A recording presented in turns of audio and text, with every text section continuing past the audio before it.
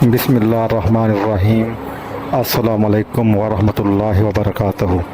خوش آمدید ہمارے اسلامی چینل میں، جہاں ہم آپ تک قرآن و سنت کی روشنی میں مستند علم، احادیث اور اسلامی رہنمائی پہنچانے والے ٹاپک پہ بات کرتے ہیں اور آپ تک اچھی ویڈیو پہنچانے کی کوشش کرتے ہیں۔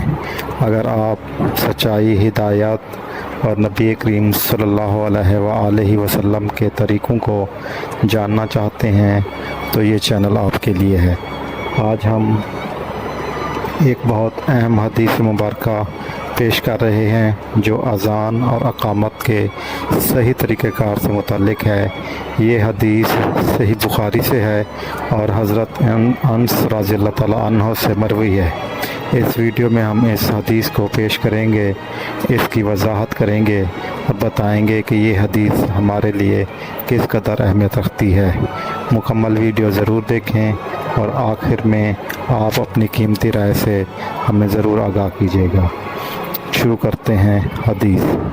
حضرت انس رضی اللہ تعالیٰ عنہ سے روایت ہے کہ حضرت بلال رضی اللہ تعالیٰ عنہ کو حکم دیا گیا کہ وہ اذان میں تمام کلمات کو 2 بار کہیں اور اقامت یعنی کہ تکبیر میں تمام کلمات ایک بار ادا کریں۔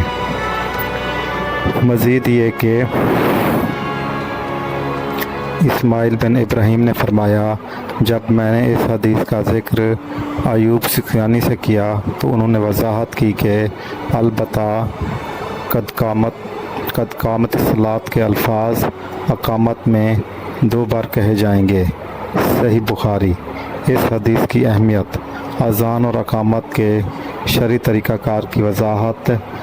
یہ حدیث ہمیں اذان اور اقامت کی ادائیگی کا نبوی طریقہ سکھاتی ہے جو اسلامی عبادات میں ایک بنیاد کی حیثیت رکھتا ہے۔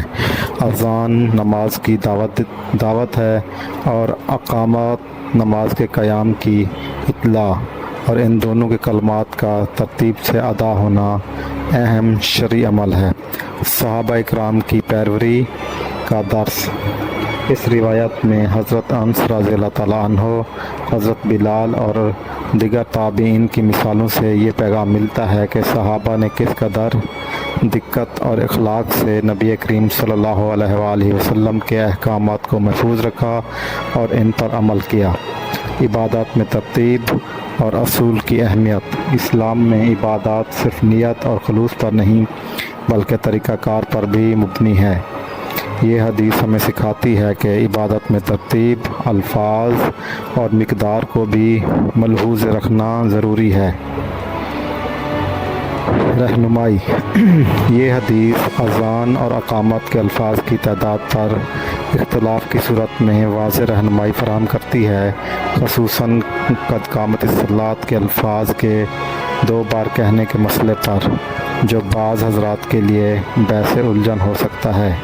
اس حدیث کے فراہم کیے جانے کی حکمت۔ یہ حدیث اس لیے بیان کی گئی تاکہ اذان اور اقامت کے الفاظ کی درست تعداد اور ترتیب معلوم ہو، عبادات میں اتباع سنت کا شعور بیدار ہو، امت کو اذان اور اقامت جیسے اہم اشعار دین کے معاملے میں کوئی ابہام نہ رہے۔ اللہ تعالیٰ میرا بولنا اور آپ کا سننا اپنی بارگاہ الہی میں قبول فرمائے۔